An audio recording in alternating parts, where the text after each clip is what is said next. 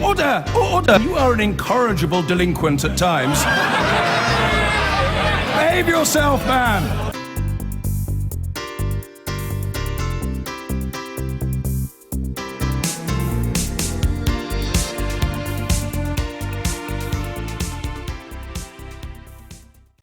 Hello, we voted to leave the EU yesterday, so should we get a move on or should we take a bit of time to pause and think? The British Commissioner in Brussels, one of the most senior figures there, Lord Hill, well, he's got to move on by resigning. He's being replaced by a Latvian. But British policy is to slow things down a bit. We need a new Prime Minister for a start. Even the official Leave campaign, so keen to get us out, wants time to do so. But many European counterparts, well, they want things to get going. Thinking we voted out, so go now go, walk out the door, to coin the words of an old song. But can they force us to rush things? Well, it all comes back to the magic of Article 50. Our political editor Nick Watt is with me. Nick, a little refresher on Article 50. Yes, Article 50 is the formal mechanism in the Lisbon Treaty that allows a member state to leave the European Union. Throughout the referendum, Vote Leave said that the initiative lies with the member state to trigger it, and indeed David Cameron has said he's not going to do it. He's going to leave it to his successor as Prime Minister, which means the earliest it could be triggered by the UK would be October. Now, it's interesting. The European Council has issued a statement tonight, which at one level backs that up. It says it is the initiative of the member state to trigger it, but it then says get a move on. Right, but you've got some intelligence on what some of the member states are telling us about this. Well, it's pretty clear that Angela Merkel is sympathetic to that slight pause, but what I'm hearing is that member states are saying to Britain it does need to be triggered by the end of this year, and the reason for that is they want the negotiations concluded by the end of 2018, because in 2019 the leadership of all the European institutions changes, so they need to turn their mind to that. But there is a second thing, and to understand this, perhaps we should look at the actual wording of Article 50.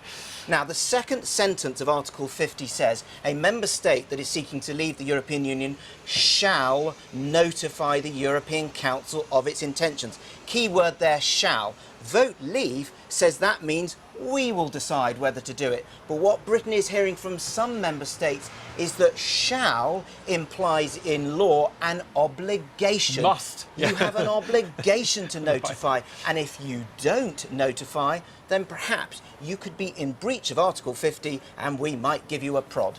Right, so they might try and invoke it or initiate it themselves. Look, why does it matter quite as much as everybody thinks it does that we try and delay or slow down this Article 50 business? The reason why Vote Leave would like to delay is because once you've invoked it, you have very few cards to play. Because what would happen when you do that is that the remaining 27 member states, amongst themselves, without the UK, would agree what's called a negotiating mandate. They would probably hand that to the European Commission to negotiate with us. That then has to be agreed within 2 years, and you can only extend it if every member state agrees to. So if it doesn't happen, a guillotine comes down after 2 years. Right, and you leave on the sort of the most neutral of terms, which may not be the most favourable of terms. Nick, thank you very much. Well, a key requirement of sorting out the separation arrangements is that we know what relationship we want with Europe instead, but also that Europe knows what it wants our relationship to be. Well, on that latter point, our diplomatic editor, Mark Urban, reports from Brussels.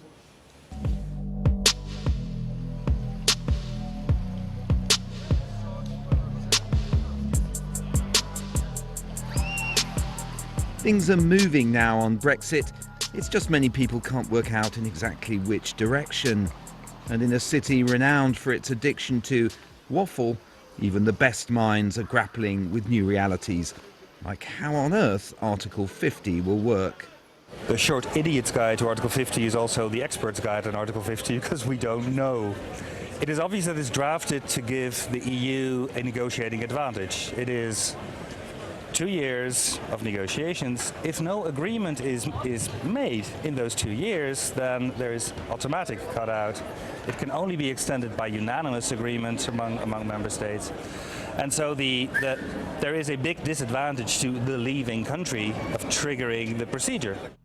Adding to that sense of movement, the resignation of Britain's top EU official today.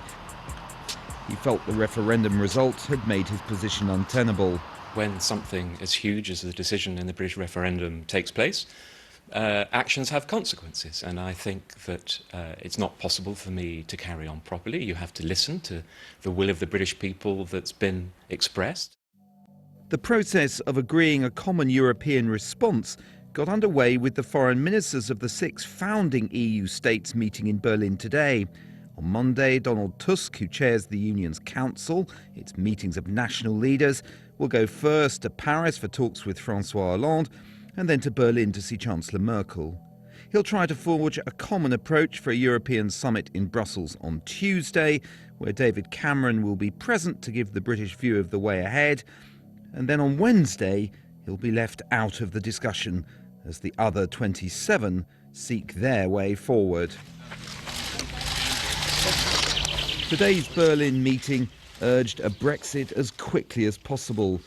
But the Germans are also saying that there can be some time before the leaving process formally starts, and that the UK does have choices about its future relationship. We will deal with all the countries in an equal way, and that means that should be not punished. We should calm and firm. It means that there should be no revenge, no punishing, but we have to keep up the rules. And it means such solutions like the Norwegian solution, you have to fulfill the obligation as everyone else. The question is, how long will it take to negotiate this divorce agreement?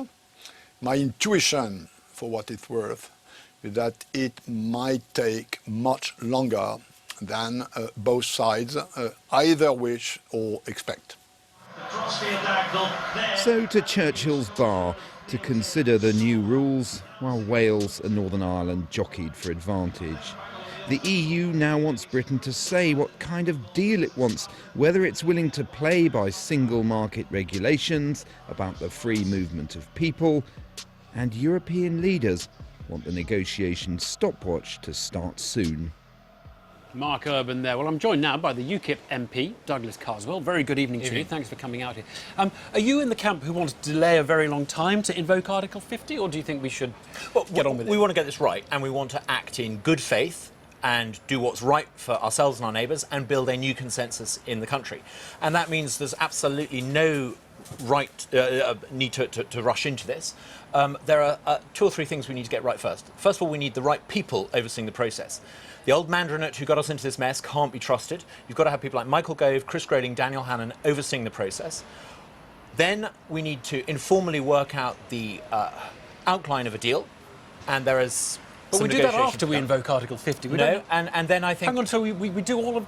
I mean, we have to obviously get a Prime Minister before we invoke it, but you're not suggesting we get the outline of a deal before we invoke it? I think there are important things that need to be discussed before we invoke Article 50. What's wrong with just invoking it very quickly and saying, look, and then we start the negotiation, which is the system... Article 50 is basically just a stopwatch. And once you press the stopwatch, you've got 24 months. Why rush it? We've waited 40 years to get this right.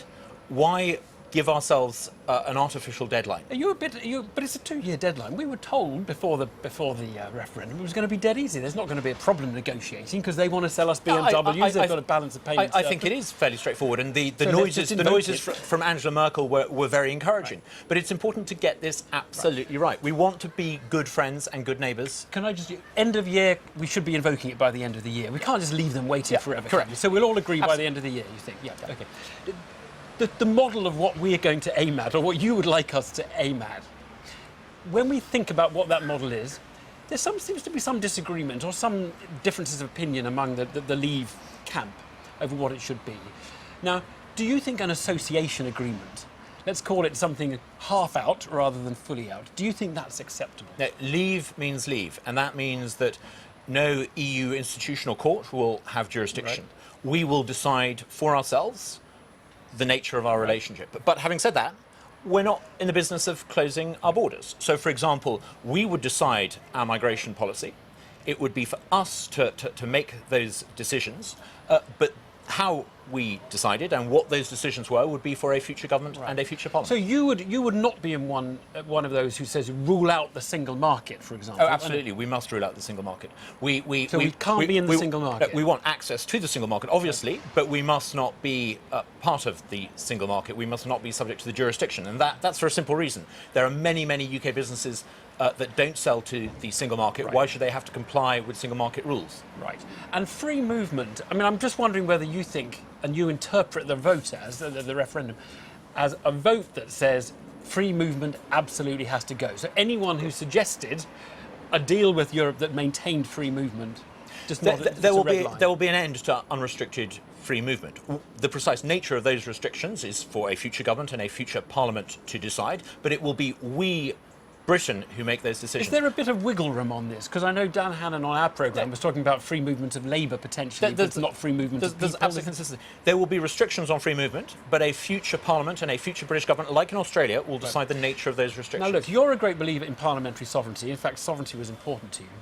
What should MPs do who've seen that there's a vote to come out, but believe, and many of them do, I think, believe that the best option would be one that keeps us in the single market and perhaps even keeps free movement if that's the price of being in the single market? If we remain... Do MPs have to say, no, that's been voted against, or not? Vote Leave was very, very clear on this. We want to leave the single market. If we remain part of the single market, of course we want access to the single market, but if we remain part of the single market, that is not leaving.